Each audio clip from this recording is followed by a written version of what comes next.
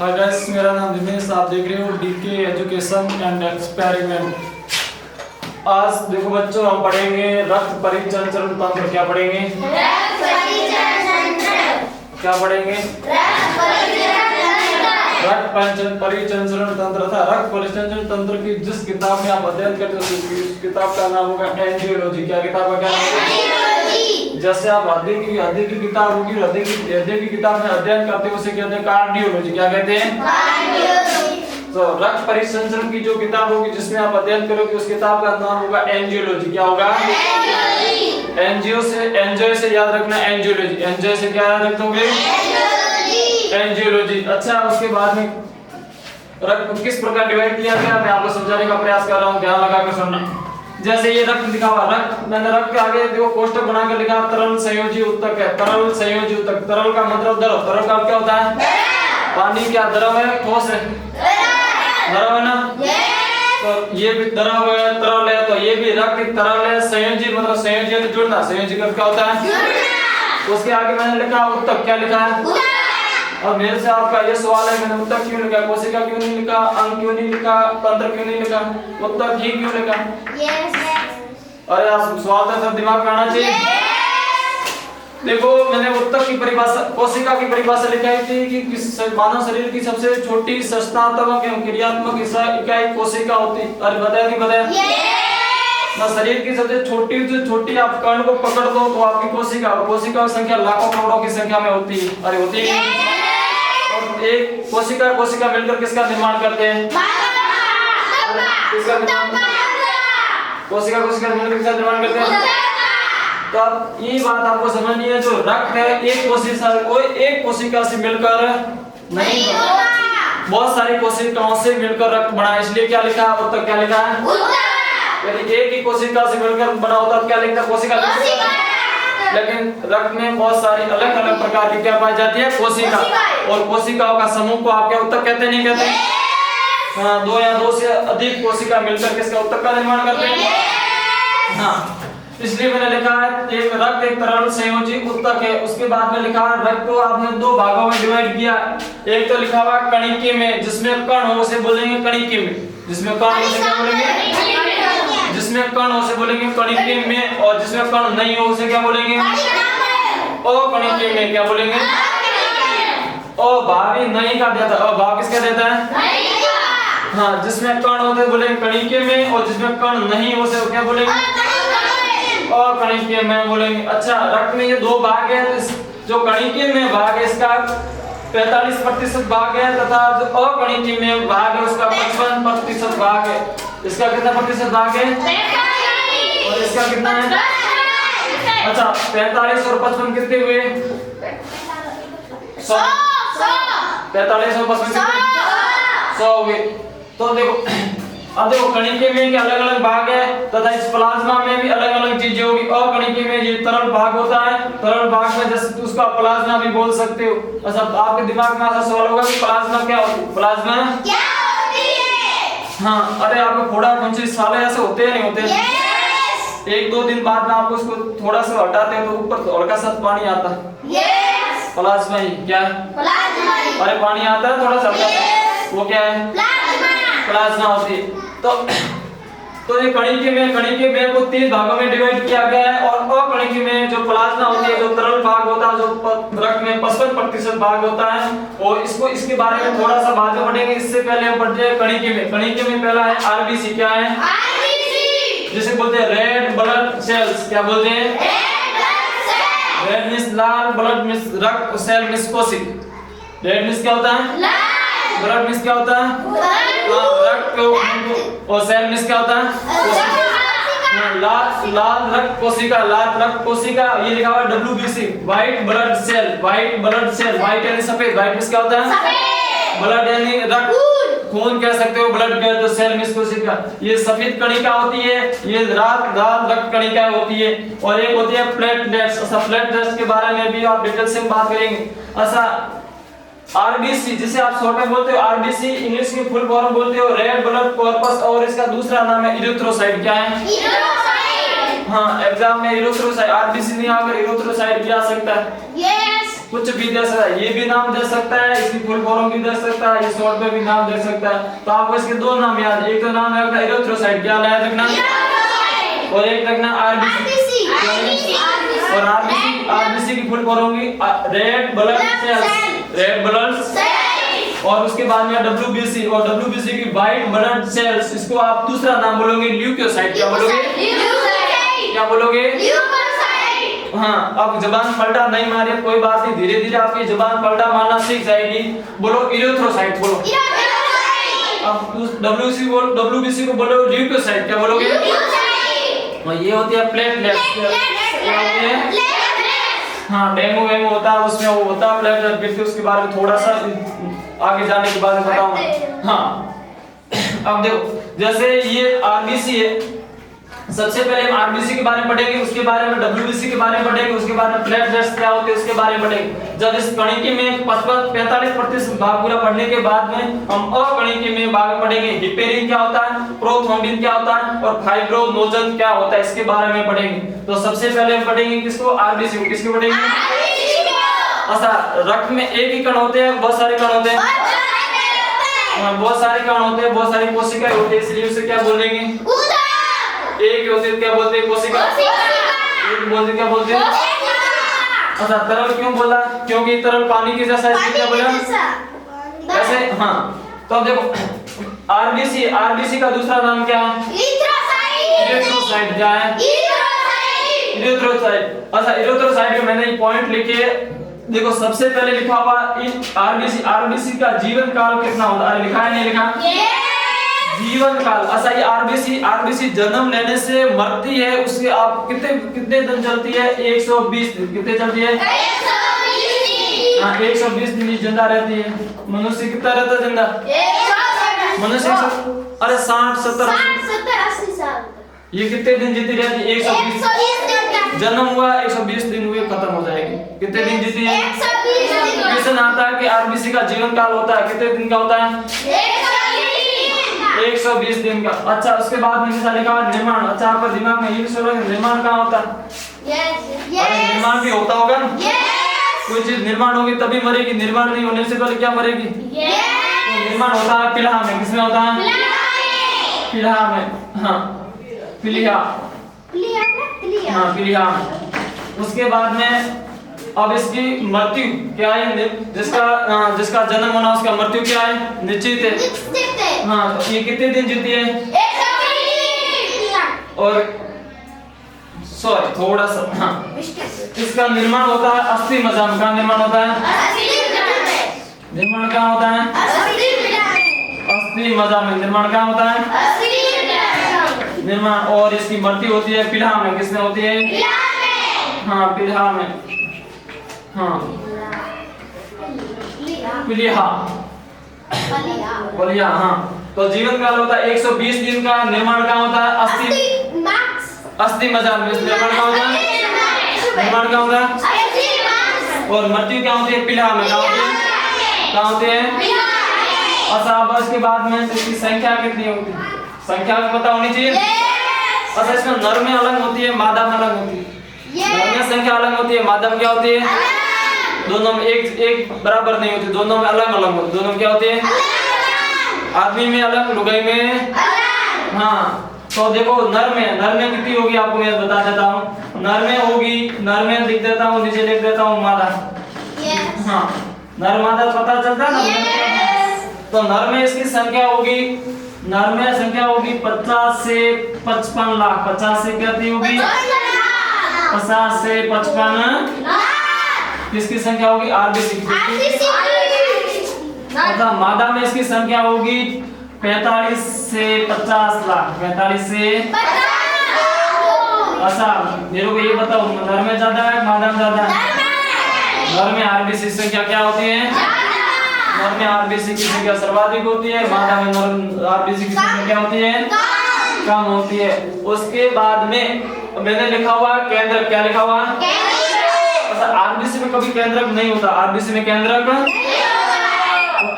अनुपस्थित रहता है, केंद्र क्या रहता है, मैंने लिखा है ना कोशिका, कोशिका के अंदर कोशिका द्रव्य, कोशिका द्रव्य के अंदर कोशिका केंद्र, केंद्र के अंदर होता है गुणसूत्र, गुणसूत्र के ऊपर जीन होता है जिसके नॉन सिस्टर कॉम्पोनेंट के बीच में गुणसूत्रों का आदान प्रदान होता है। सब बताया था ना। तो देखो इस जो आरबीसी मिलेगी, आरबीसी में आपको केंद्र नहीं मिलेगा, आरबीसी में केंद्र है नहीं मिलेगा।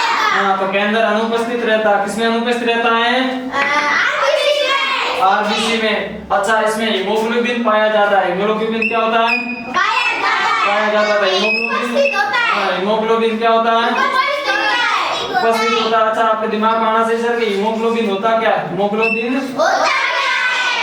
हीमोग्लोबिन देखो, हम सांस लेते हैं तो सांस में कौन सी गैस लेते हैं? CO2 लेते हैं। ऑक्सीजन O2 लेते हैं। क्या लेते हैं? अच्छा, O2 जब सांस में ऑक्सीजन लेते हैं तो ऑक्सीजन को चलने के लिए कुछ गाड़ी की जरूरत होगी नहीं होगी? शरीर के विभिन्न भागों तक पहुंचने की कोई ऐसा साधन होगा शरीर के विभिन्न भागों तक ऑक्सीजन पहुंचे, ऐसा होना चाहिए। तो जो शरीर के विभिन्न भागों तक जो पहुंचाने का काम करती है जो हीमोग्लोबिन करती है, क्या करती है?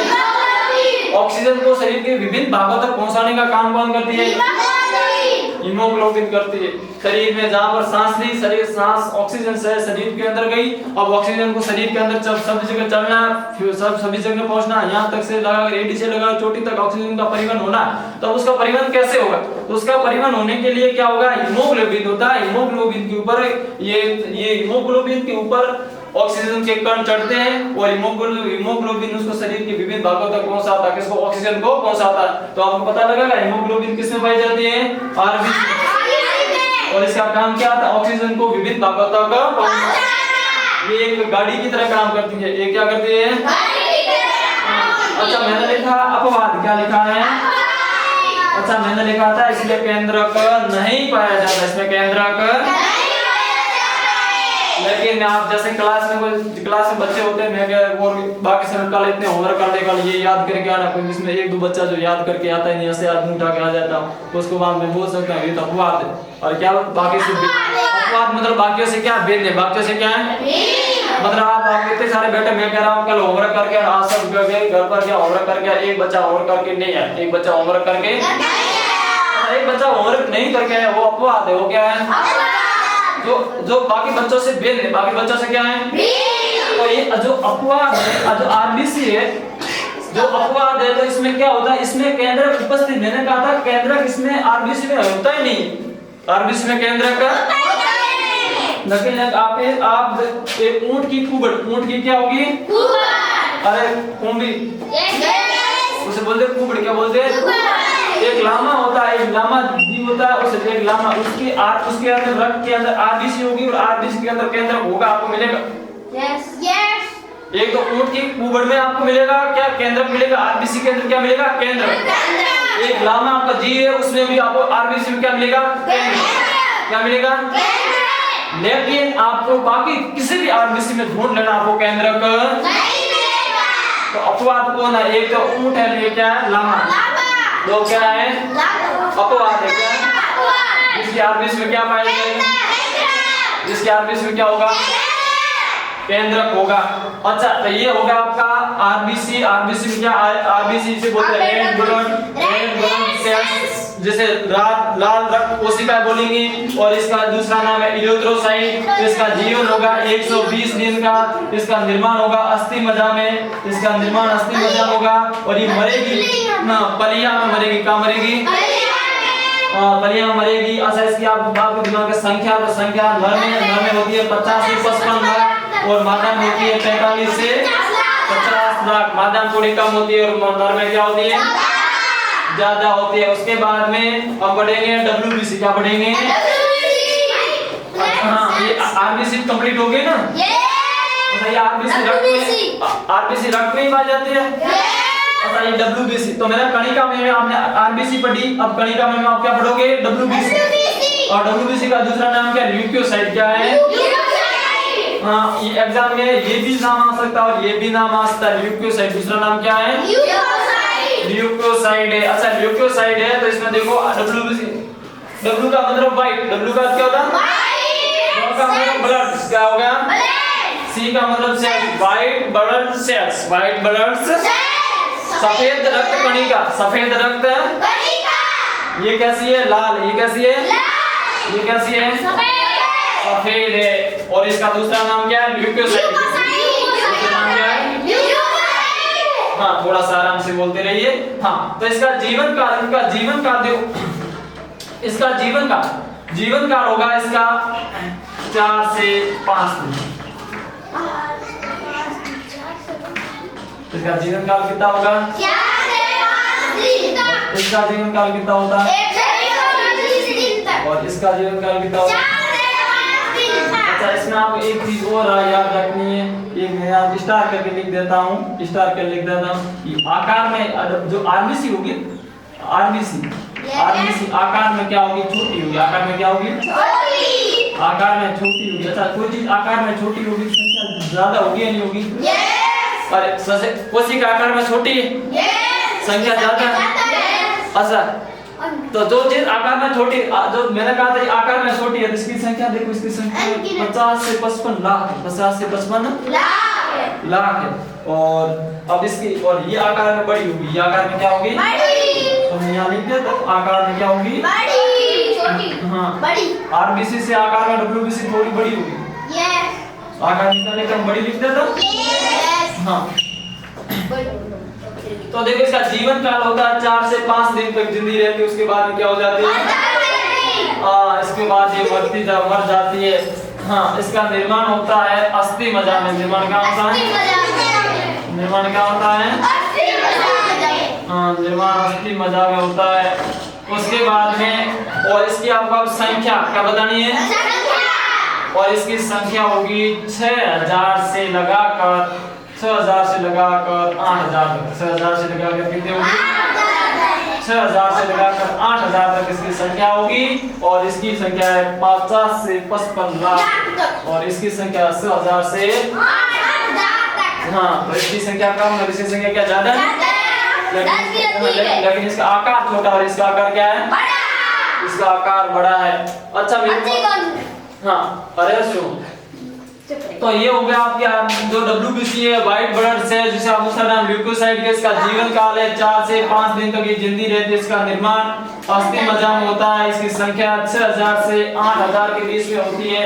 अब देखो, अब हाँ, इंटरेस्ट की बातें अब आएगी, इंटरेस्ट की बात अब आएगी। अब सुनो, मेरे को बताओ, इसमें केंद्रक, आरबीसी में केंद्रक होता है कि नहीं होता है? नहीं होता है। इसमें होता है। इसमें होता है। तो इसमें लिख देता हूँ उपस्थित, ऐसा लिख दूं? यस। तो इसमें केंद्रक उपस्थित होता है। आरबीसी में केंद्रक नहीं होता। इसमें केंद्रक होता है। अच्छा, इसमें हीमोग्लोबिन होता क्या? नहीं। यस। अरे लिखा, हीमोग्लोबिन उपस्थित होता है, तो ऑक्सीजन का परिवहन करने में काम आता है। लिखा हुआ है, लेकिन इसमें हीमोग्लोबिन नहीं होता है। हाँ, इसमें केंद्रक उपस्थित होता है, लेकिन हीमोग्लोबिन नहीं होता है। हीमोग्लोबिन अनुपस्थित रहता है। उसके बाद में अब आपको अच्छा, ये डब्ल्यूबीसी का काम क्या है? काम ये करता है, ये डिफेंस आर्मी मतलब रक्षक कोशिका है। क्या है? रक्षक कोशिका। ये शरीर में रोगाणुओं से लड़ने का काम करती है। डब्ल्यूबीसी शरीर में जो रोगाणु आते हैं, अपन जो सांस के माध्यम से और एयर, जो वायु के माध्यम से, कीट और खाने के माध्यम से जो शरीर के अंदर चले जाते हैं, तो वो सब क्या होते हैं? वो उस जीवों को मारने का काम करते हैं। उस कीटों को मारने का जो काम करती है, वो डब्ल्यूबीसी करती है। कौन करती है? इसलिए इसे बोलते हैं रक्षक कोशिका, रक्षक सेल। क्या बोलते हैं? हाँ, ये करती है, रोगाणुओं से सुरक्षा प्रदान करती है। किसे प्रदान सुरक्षा करती है? शरीर में विभिन्न प्रकार के रोगाणु आ जाते हैं, तो शरीर में रोगाणुओं को मारने का लड़ने का मारने का काम, रोगाणुओं को मारने का काम करती है। कौन सी करती है? डब्ल्यूबीसी। कौन करती है? हाँ, तो मेरे को बताओ, आरबीसी में केंद्रक नहीं पाया जाता और इसमें केंद्रक, इसमें हीमोग्लोबिन पाया जाता है, लेकिन इसमें हीमोग्लोबिन नहीं। और ये रक्षक कोशिका होती है, रोगाणुओं को नष्ट करने का काम करती है। उसके बाद में आपने, हाँ, और उसके बाद में ये डब्ल्यूबीसी होगी, ये आरबीसी होगी, डब्ल्यूबीसी होगी। अब क्या होगी? प्लेटलेट्स क्या रहेगी? प्लेटलेट्स के बारे में थोड़ी सी बातें लिखानी पड़ेगी साइड में करके। प्लेटलेट्स के बारे में तो बहुत सारी बातें हैं, लेकिन प्लेटलेट्स के बारे में आप छोटी-छोटी इतनी बात समझो, आपको यदि डेंगू हो जाए, क्या हो जाए? तो डेंगू में डॉक्टर कहता है कि आपकी प्लेटलेट्स बहुत गिर गई है और आपको जल्दी से जल्दी उपचार लेना। असल बोलता ही नहीं बोलता। और हाँ, तो डेंगू होता है तो प्लेटलेट गिर जाती है। डेंगू होता है तो प्लेटलेट क्या हो जाती है? हाँ, आपकी प्लेटलेट आ जाती है 40 पर 50 पर। जब 40 पर 50 पर 30 पर आ जाती है तो व्यक्ति का शरीर काम करना छोड़ देता है। जी, प्लेटलेट्स काम करना, जो प्लेटलेट्स की संख्या घट जाती है ना, जबकि तो 40 पे 40,000 50,000 यहाँ 30,000 पर आ जाती है तो शरीर काम करना क्या करता है? हाँ, तो ये जो डेंगू होता है तो प्लेटलेट्स गिरती है। प्लेटलेट्स का क्या महत्व है मैं थोड़ा सा ये बोर्ड साफ करने के बाद में नेक्स्ट वीडियो में बता दूंगा। तो ये प्लेटलेट्स के बारे में, उसके बारे में लिखा हुआ है, देखो। तो ये हमने पढ़ा कणिके में आरबीसी पढ़ा, डब्ल्यूबीसी पढ़ा और प्लेटलेट्स को थोड़ा सा अलग वीडियो में पढ़ा दूंगा। जो दूसरा भाग है कणिके और कणिके में, दूसरा भाग कौन सा है? और कणिके में, जिसमें कण नहीं होते, जिसमें कण नहीं होते, वो शरीर में, वो रक्त में कितने प्रतिशत भाग है? 55%। वो रक्त में कितना प्रतिशत भाग है? 55%। जो तरल के रूप में रहता है जिसे आप प्लाज्मा बोलते हो। तो सबसे पहले मैं आप तो मेरी बात ध्यान लगाकर सुनना। जो ये हेपेरिन होता है, हेपेरिन क्या काम करता है? हेपेरिन रक्त के अंदर थक्का नहीं जमने देता। रक्त के अंदर थक्का नहीं जमने देता। तो मैं लिख देता हूँ, रक्त के अंदर थक्का नहीं जमने देता। हाँ, रक्त के अंदर जो थक्के जम जाते हैं, क्लॉट बन जाते हैं, थक्का नहीं जमने देता। कौन नहीं जमने देता? हेपेरिन। कौन?